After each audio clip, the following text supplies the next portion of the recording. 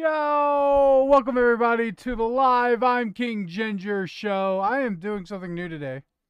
Uh, I am streaming through the Rumble Studio interface, which is different than what I've normally been streaming to all the platforms on. So, we shall see how this goes. I'm hoping it gives me a little bit better control over uh, my chat. At least I can see. I feel like I'm able to at least see most things.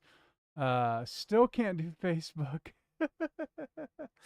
So if you're watching me on Facebook right now, go to YouTube or go to Kick. I'm King Ginger on both channels. Go to a real streaming platform, a real live streaming platform where you can actually interact with me directly and I don't have to have 100 different tabs up.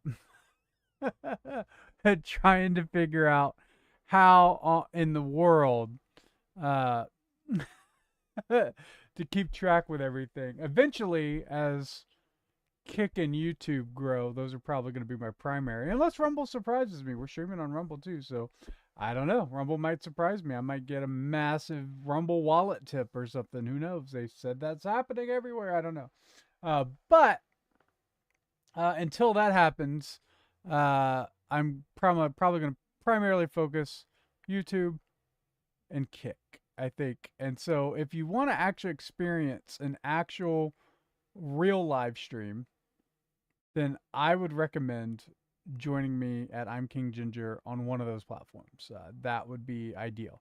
And then you can interact and talk and have a conversation, and we can just, you know, enjoy the interaction that comes with live streaming. That one of the things that makes live streaming so great over more passive listening platforms like podcasts or something like that, which is like AM radio now. Like I think with live streaming, podcasting it's on its last leg. I said it, and not a lot of people say it, but I'll say it.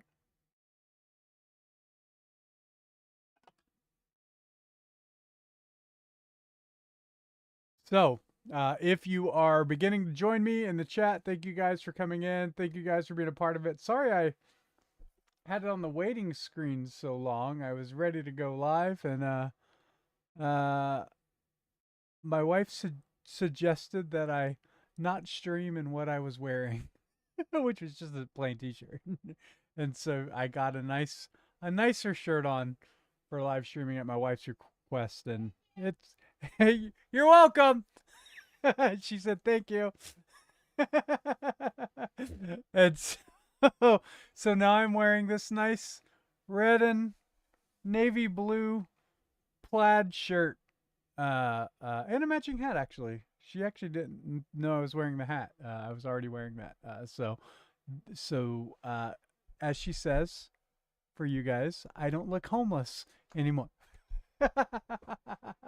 So let's get into the entertainment news, shall we? First off, we have to talk about the Jimmy Kimmel situation with the Donald J. Trump flag shirt that he made. I absolutely think this is incredible as far as like a bad joke goes. I'm going to explain why, but then I want to talk about why I think Kimmel is an irrelevant, not useful live streamer. Sorry, not live streamer. Late night comedian. Look at that. So let's shift gears here. So here is actually that does when I go full screen it doesn't work. Look at that. That does not look good, guys. That does not look good. Let's shrink this down a bit. See well, it's not full screen, but it'll do. It'll do. So here we go. Check this out. Check this out. Actually, you guys didn't even see that, did you? Here we go. All right. So unmute first, of course.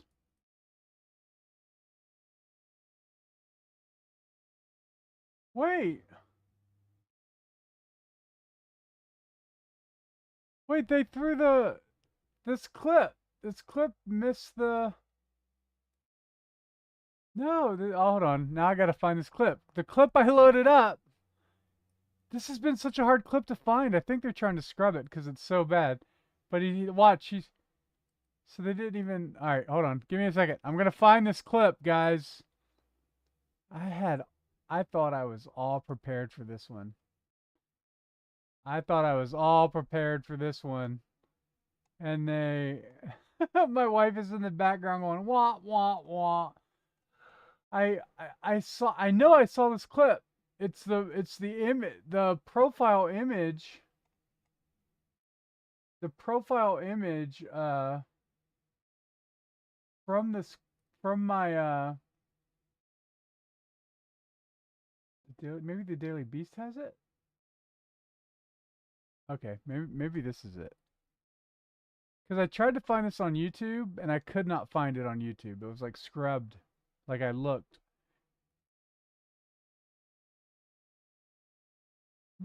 No! What is going on? Why is every clip of this not the t-shirt? I think it's because it incites violence. Hold on. Well, you know what? You know where it's got to be? It's got to be on X. Hold on. We are gonna find this clip. And if you found it before me and you're in the chat, please feel free to send me a DM on X and I'll pull it up too. But I'm gonna find this. We are gonna find this clip. Kimmel t-shirt.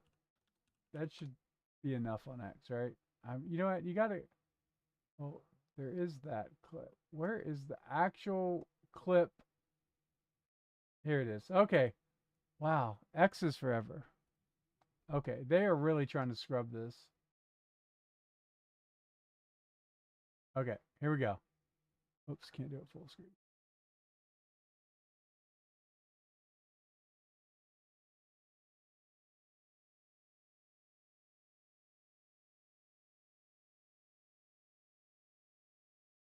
So this is what Jimmy Kimmel thinks is funny and hilarious. Like this is a joke.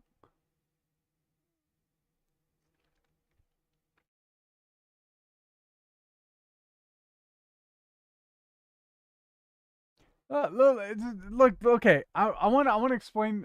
Okay, so this is exactly what we talk about when we talk about clapter, right? And I want to give you the best example of clapter you've ever seen in your life, and it's because of this joke. So when we talk about clapter, Donald Glover said it's basically when you're not really telling a joke, but people are clapping and laughing because they agree with the point that you made. I'll pull up that quote in a minute, but I want to just have that in mind. Clapter, right? And so the question is the joke universally funny, or is it just funny because you don't like a certain political position and that joke is against that political position? Because that is not comedy by any stretch of the imagination. That is not comedy, right? And so here's the shirt. Donald Trump is going to kill you. Now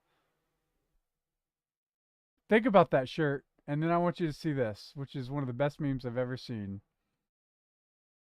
And you cannot. I have my screen set up. Hold on. I got to fix this because I was trying to make it so everything was a little bit more viewable, but I'm not really doing a good job with that today. But for this is okay. Look at this. Okay. So the the joke completely shifts based on who is wearing the shirt. Right? On one hand, it's a liberal warning people that Donald Trump is going to kill you. But if you put it on a Chad MAGA guy, he's telling the liberals Donald J. Trump is going to kill. It's a terrible joke. It's a terrible joke because it only makes sense from the perspective of the person who is telling the joke and the audience as to whether they resonate with it. But to, like, as this meme says, a Chad MAGA, kind of a great shirt. And I think a lot of people were selling this shirt. They were selling that shirt. A lot of conservative people were buying that, wanted that shirt after seeing it because the message resonates completely differently based on the political position of the individual that's hearing the joke. And like, so this is what I keep telling people when I refer to Jimmy Kimmel as a hack, and he's not an actual brilliant comedian. He's going for that clapter. Now I want to get into that discussion on clapter, because this is true for both the conservative and the faith-based entertainment world. It's a massive thing that I don't think a lot of people understand. We've just been trying to basically create entertainment and media that is, how do you say, like, it's important, right? Like, we just want entertainment and media that's important, that means something, that as opposed to entertainment and media that is just really good at being entertainment and media. So I wrote this Substack. By the way, you can follow me on Substack. It's ImKingGinger on Substack. Feel free to follow me there, and I'm going to expand this out a little bit so we're not so shrunken down.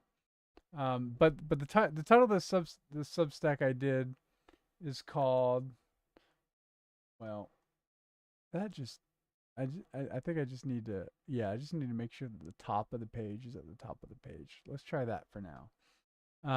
And then, so Jimmy Kimmel versus Conan O'Brien, A Tale of Two Comedians. And so I did this pretty long article, but I talk about here, but then I bring up this point from Donald Glover. And this article is from vulture.com, by the way. And if you go here, I posted the archive link, so you don't have to have a subscription to read it. But it talks about clapter, and Donald Glover says the number one thing we kept coming back to. He's talking about the show Atlanta. So if you ever seen the show Atlanta on FX, that sort of thing, this is what he's referring to when they're making this show. And this show is it's about inner city hip hop artists who are living in Atlanta. It was a really funny show, really brilliantly written, and I love it. And there's a lot of political points that are made in the show, but this is what he says. He says, the number one thing we kept coming back to is that it needs to be funny first and foremost. I never wanted this to be important. I never wanted the show to be about diversity. All that is whack to me. There's a lot of clapter going on. A lot of words be like, and then Glover started clapping exaggeratedly. So true, yes, so true, so true. But what you did isn't funny. They're just clapping and laughing to be on the right side of history. So this is, a lot of comedians have been talking about this issue of clapter. This idea that something is political. This idea that something is political, or that something is the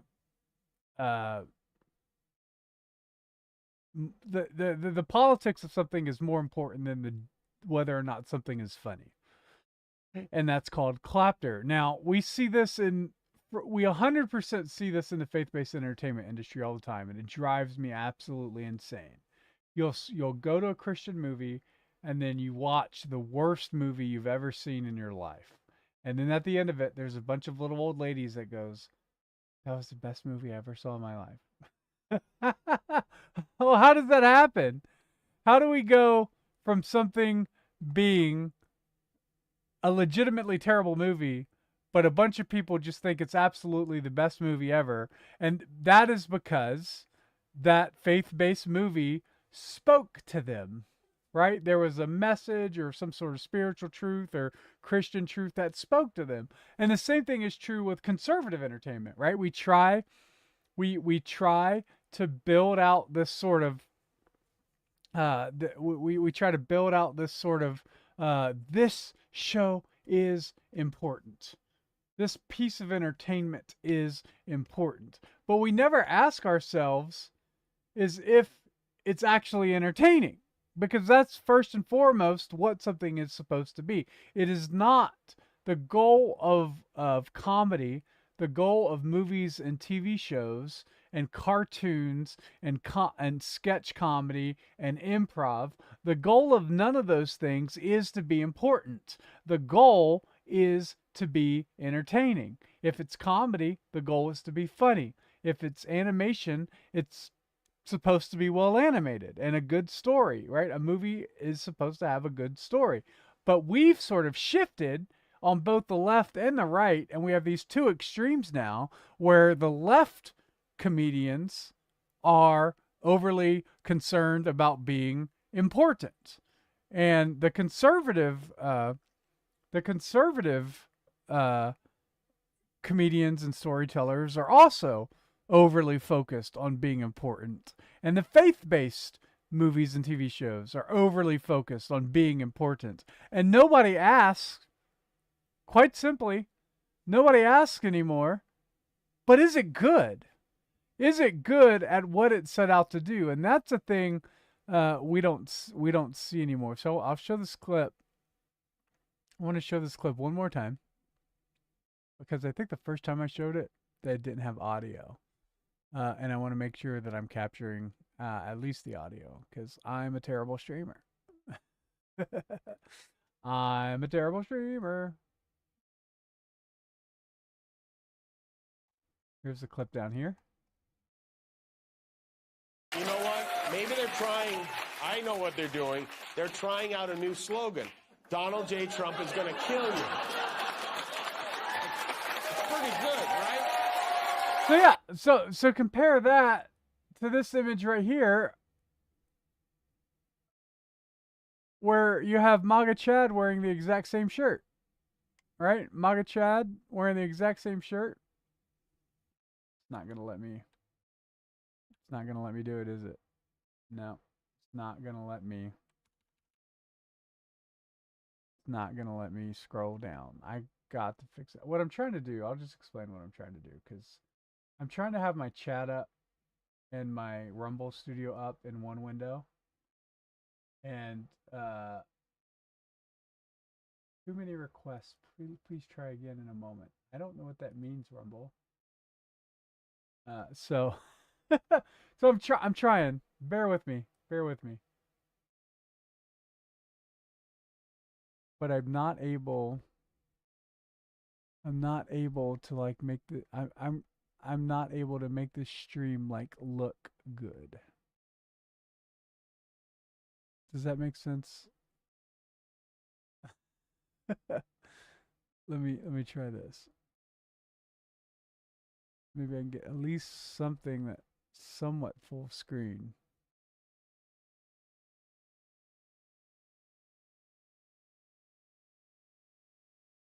I think that's better. You know what? I'm just going to do this. Yeah, it's still okay. We'll just do that. That'll be our browser window. That should work. It's still, I think it's just images and X. It's just not really good. So let's see. Where do we go? Where do we go? Where do we go from here? Okay, so I want to transition away from that, and I want to transition into sort of what makes a comedy person an actual legitimate legend. An actual legitimate legend, and that is someone like Conan O'Brien, who I believe is probably one of the best when it comes to entertainment and movies and TV shows and that sort of thing. So, an example of his show that I think is severely underappreciated. Well, at least you don't hear people talking about it a lot. But it's Conan Must Go. So, a lot of you guys know that was from a year ago. There's a season 2 trailer. Should we do the season 2 trailer? They're gonna do season 3 pretty soon, but let's do the season 2 trailer. Actually, let's do season 1 because that was the thing that started it all. So let me just pull some context in here.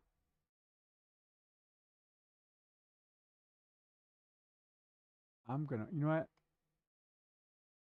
We're just gonna do Earth. Okay. So I'm gonna fix this. We are gonna fix this.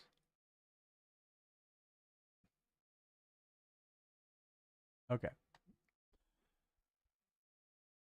So just giving some background here.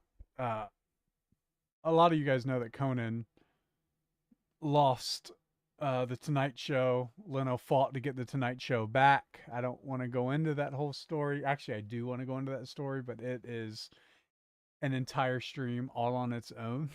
But read the book Comedy Late Night Wars about Leno and Conan, and it goes into detail too about Leno and Letterman previously with Carson. I mean, it's a really great book. If you download an audiobook, that's a great audiobook to go. That'll go through all the details of this. But he lost Tonight Show, went to TBS, and during his time at TBS, he started to just his on the street stuff was just insanely popular because he's really brilliant at it. He's really brilliant at this this sort of stuff. And so after TBS, he got this deal with HBO, and the deal with HBO was basically I want to do an international travel show, and the goal of this show is to prove that comedy is not bound by politics or international barriers or language. Comedy is universal. Something is funny, it's funny. It doesn't matter what country you're in. And this incredible show, Conan O'Brien Must Go. If you guys haven't seen it, there's 2 seasons on HBO Max. I highly recommend it. It's a really good travel show, but it's also legitimately funny. And I want you to compare this kind of comedy. Now, I don't think Conan's a conservative. Conan's a liberal too, but he's very meaningful in his comedy and making sure that his comedy appeals to as broad an audience as possible. And he doesn't appreciate clapter, and I'll get into a quote on him about that after this. But watch this. Earth. To truly appreciate the astounding grandeur, sometimes you must defile it. Behold the defiler. I am Conan, the Red. Are my pants falling? I think my pants are falling down. Yeah. This is a travel show I'm doing. Oh, my. Where I visit my fans. Holy shit. From around the world. We must embrace the way people do in this country, which is I'm supposed to kiss you, right? You're making it so weird. That's what I do. That's what That you is my gift. You can't buy that kind of propaganda. What's your first impression when I come up to you? I don't want to lie. Try this. Not bad. You can lie a little. I How about a already did. little? You already did.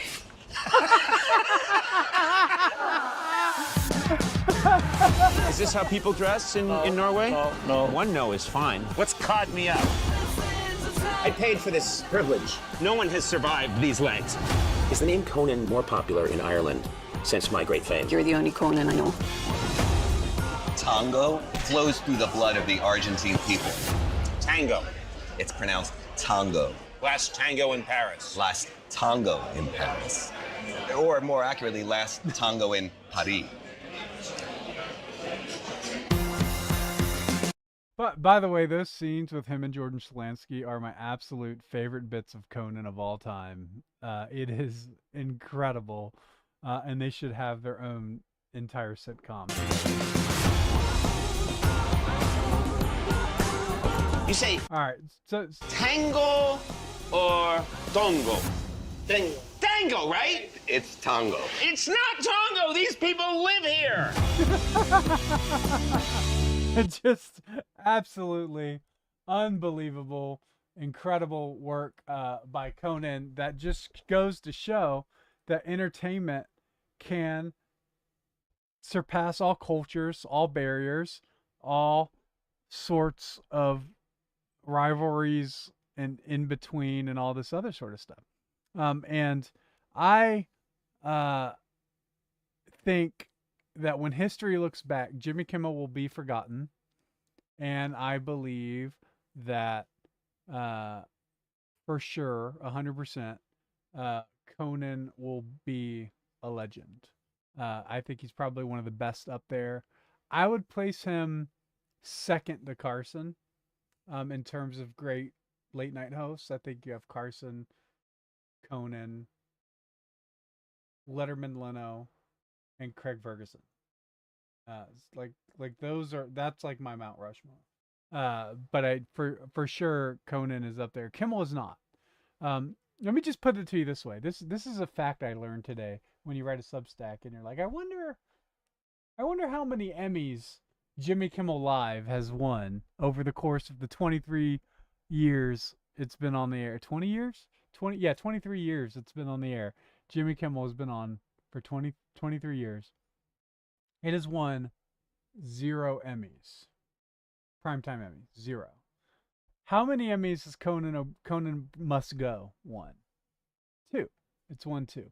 1 for writing, 1 for a variety show, I think.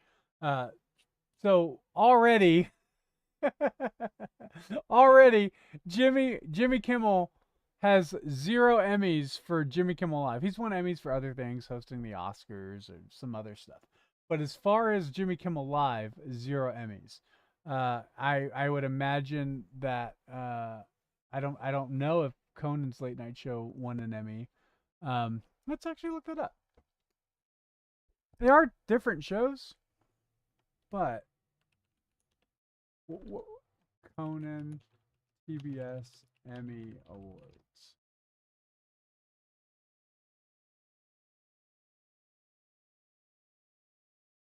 Yep, Conan O'Brien's TBS show, Conan, received multiple Emmy nominations and won 2 Emmys. So even Conan O'Brien has won Emmys for his late night show. What about, let's see if late night with Conan O'Brien, see if this one won any Emmys. Let's see. I see it. It tells me. It doesn't tell me. Okay, it doesn't tell me if he's won them. Let's see. Did Conan O'Brien win an Emmy for late night with? No, he never won. He never won for his late night show. Did he win it? Did Coney win an Emmy for Tonight Show? Did he win that year?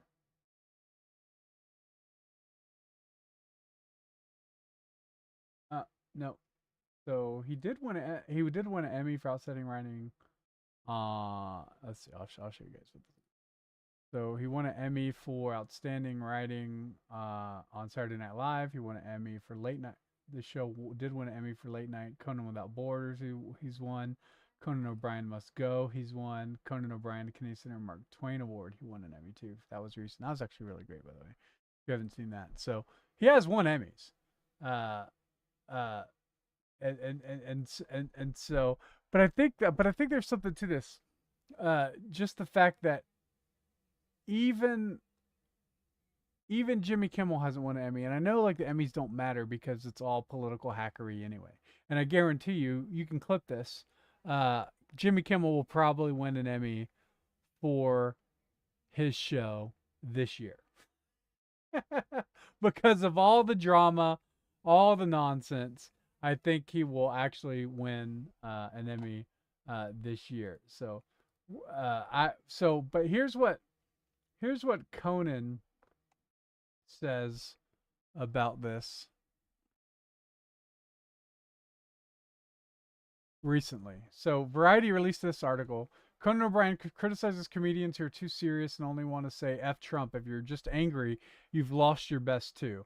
And says, and this is what he said, some comics go the route of I'm going to say F Trump all the time. That's their comedy. O'Brien said, and I think, well, now a little bit you're being co-opted because you're so angry. You've been lulled. It's like a siren leading you into the rocks. You've been lulled into just saying F Trump, screw this guy.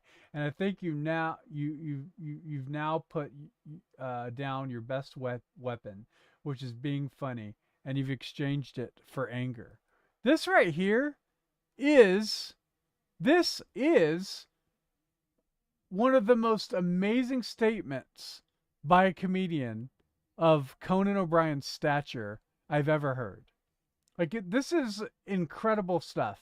He's basically calling out Kimmel, he's calling out Stephen Colbert, And he's saying, you guys have just been sucked into this siren song of F Trump, F Trump. And then people will laugh at you no matter what. And you forgot the plot. You forgot the plot. Your job is to be a comedian.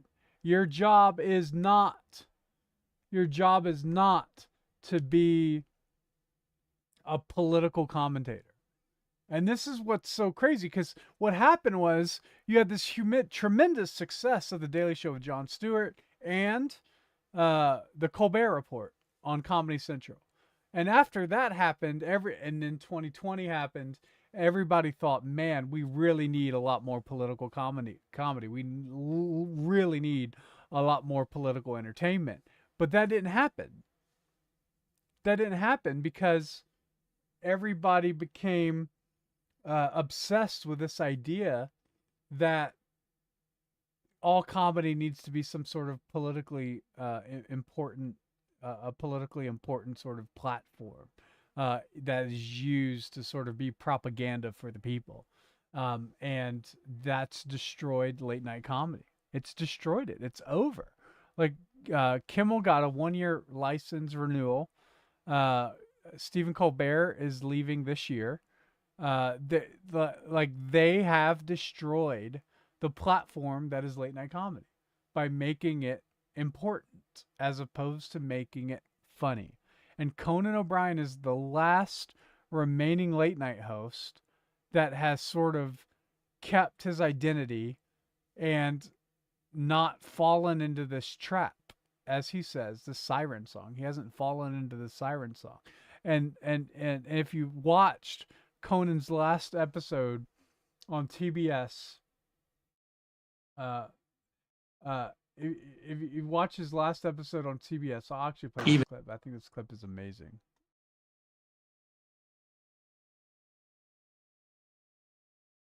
Let me fix the screen for you. This is maddening. This is absolutely maddening. I can't just position my screens as I want. Okay. Here we go. Watch this. And better is the fact that his personality isn't the product of a carefully curated routine. His ongoing podcast titled Conan O'Brien Needs a Friend is a perfect example of that. And then we're about to leave, and this gentleman comes up to me and he says, Mr. O'Brien, I'm here to walk you past the paparazzi. We walk outside. Nobody. In this ever-changing digital climate, hosting will continue to thrive. Networks will continue trying out new figures and ideas. There will always be a demand for a live audience and genuine conversation. When it comes to talk shows, there will always be a new star in the world of late night, but there will never be another Conan O'Brien. I have devoted all of my adult life, all of it, to pursuing this strange phantom intersection between smart and stupid. I will tell you, I think when smart and stupid come together, it's very difficult, but if you can make it happen, I think it's the most beautiful thing in the world. Try and do what you love with people you love, and if you can manage that, it's the definition of heaven on earth. I had a terrific time tonight. I hope you'll come back, and thank you very much. Even better is... So that's really the key there, right? The key is that it's the intersection of smart and stupid. Conan O'Brien is a Harvard graduate. He's not an idiot. Like, he was the head of the Harvard Comedy Review. Like, he is an elite Ivy League individual who was just a writer for Saturday Night Live and The Simpsons. And then when they decided to do a late night show, they had when Letterman took over The Tonight Show, NBC needed a new late night host. And Lorne Michaels said, you should go with this guy named Conan O'Brien. And the NBC executive said, who? Who? Who's his late night executive that I need to go after? And I'm sorry, who's this comedian and he never did camera stuff that much. Nobody knew who he was. He was this tall, lanky, redheaded awkward host. If you watch the first episode of Conan O'Brien, it is absolutely terrible. And you just go, how is this guy ever going to make it? And he did. And the show had such poor ratings. This is really where it gets important. The show had such poor ratings that NBC was basically signing them to, I think, like 6 weeks at a time contracts. Like, okay, we'll extend it for 6 weeks. Okay, we'll extend the contract for 6 more weeks. And during that time, they really thought that they were going to just be canceled at any minute. So they stopped caring. And when they stopped caring and said, you know what, we're just going to try to be really stupid. Let's just really focus on the stupidity. And they did that. The show started to blow up. It went nuts. Everybody started talking about, hey, have you seen Late Night with Conan O'Brien? Have you seen Late Night with Conan O'Brien? You know Andy Richter and Conan O'Brien? Have you seen this show? And the show went nuts. And a part of that too is that the executives stopped caring about it because they just assumed they were going to cancel it anytime. So they weren't paying it any attention. They weren't giving them notes. They weren't saying you can't do this or you can't do that. They were just free to be able to do whatever they wanted and just to fill an hour of time every single day, which is insanely hard to do. And because that was their primary focus, it's like, look, we're going to be canceled. So success isn't the goal here. Keeping on air isn't the goal here. Making the executives happy isn't the goal here. The goal is to be funny. And when they did that, the show blew up. And he hosted that show for, I think, maybe 20 years. And then he got The Tonight Show and all the drama that came with that. And NBC executives, he had the show for 6 months and then was required to take a break and then came back and did TBS's Conan show, which, by the way, I got to actually see a live taping of that show. It was awesome. And they thought they were going to be canceled that day because the energy was so low. It was a really terrible episode. It wasn't good at all. They thought they just got back from a meeting and they were trying to figure out if the writers were going to have jobs the next day, basically. It turned out they did. But there was pretty serious conversation. So it was a really terrible show that day. But I did get to go and see that taping. It was great. Awesome. Really happy I got to do that at one time in my life. So... that's my Conan O'Brien story. I think when it comes to conservatives, we really have to like focus on this and really pay attention. Like really pay attention to, is our comedy, our movies, our TV shows, our stories, our entertainment, are they trying to mean something or are they trying to be good at what they do? That's the key here. And so if you want to know more, if you want to read more about this, you can go to my Substack. ImKingGinger on Substack. Go there, check it out if you want more. And then, yeah, so what do you guys think? You guys had the chat. Let me just, you know what, I wasn't even checking to see if I was even live on Kick this whole time. I am live on Kick. I am live on Kick. So, did I get a follower too? Oh, I did. FlyFox Pro is a new follower today. Welcome, FlyFox Pro. That brings me up to 28 followers on Kick, man. I'm doing it. That's awesome. Thank you for that. And really appreciate everybody that joins me for the streams. I'm gonna probably wrap up closer to 5 o'clock. Not yet. I'm not wrapping up yet. Don't go anywhere yet. But closer to 5 o'clock, I'm gonna wrap up for a bit. I'm gonna come back later on tonight, I think. But I really wanted to stream that scene and discuss the difference between Kimmel and Conan because I wrote that Substack and it was on my mind and I thought it was really important. And then tonight when I come back, maybe we'll talk about some other stuff. I imagine later tonight there'll be more people ready and available in the chat, so we'll do that. And I have nothing to do tonight. My wife is babysitting tonight, so I am completely free to stream, and I told her I'm going to do that, and so that is my entire focus for the plan tonight. So look, if you're just tuning in and you're not subscribed, Be sure to subscribe when I go live. Come back on and feel free to engage when we do that. And right now, like I do on every show, let's sort of see what's happening in the world of current events on X.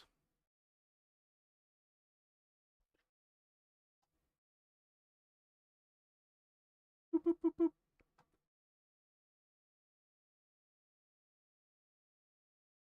Let's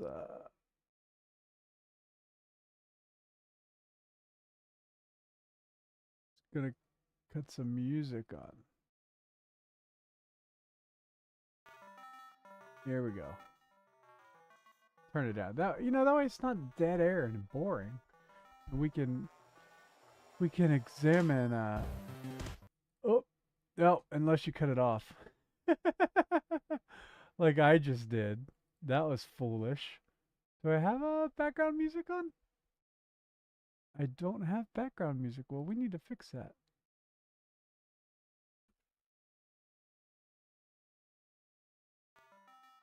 There we go. All right. Let's see what's going on here. Politics.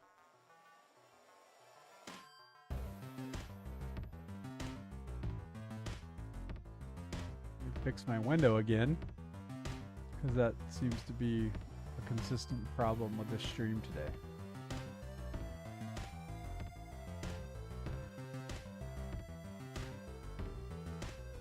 Alright.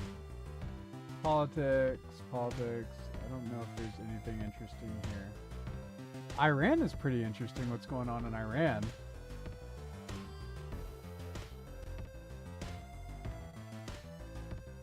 Sports. Oh, when sports are on, there's nothing is trending on X. You know what I mean? SmackDown. Yeah, a lot of sports stuff. Pick 6. Is Pick 6? I am not playing sports stuff, man. You will get copyright struck on every single thing. Wrexham. Ooh, Wrexham is trending. I better not click on that because I'll get spoilers for the TV show. So, let me oh look, I'm here, but that's not trending. I really wish X would I better not click on that because I'll get spoilers. Whoops. I really wish X would do a much better job at like promoting live streams. They have like 6,000 followers and it's saying I only have 36 people that have viewed this live stream on X. It's just completely insane.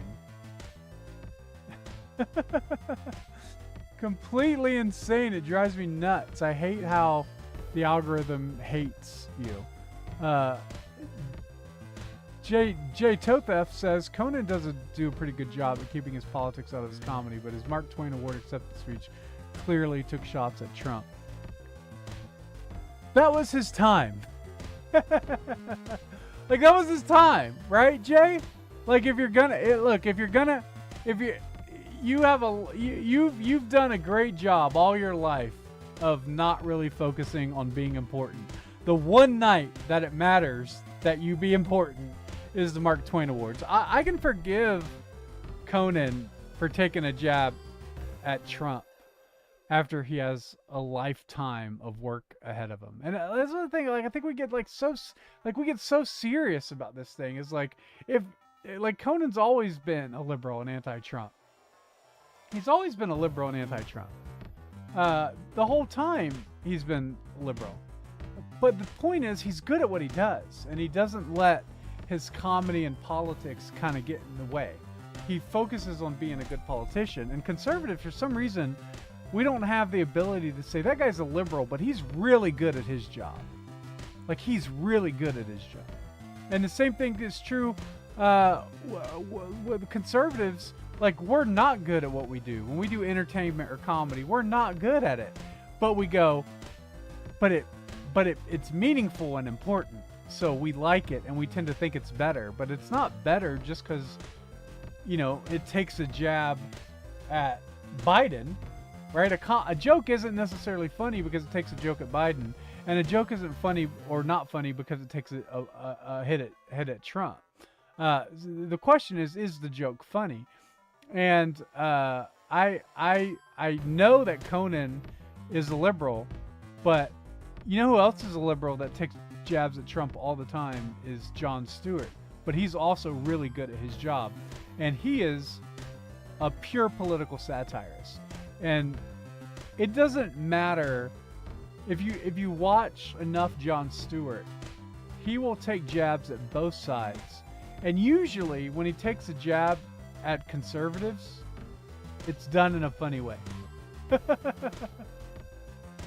Oh, you said Conan's definitely... I'm assuming you mean Conan's definitely one of your favorite late night hosts. Yeah, so... oh, yeah, for sure. I think I said it before. It's Carson, Conan, Letterman, Leno. I got friends that... I have a friend that Leno is at the top for him. And when I put Leno at 4th, it drives him insane. He can't stand it at all. Like, he can't stand it at all. So I always put Leno at 4th just to drive him crazy. But I think Letterman, Leno.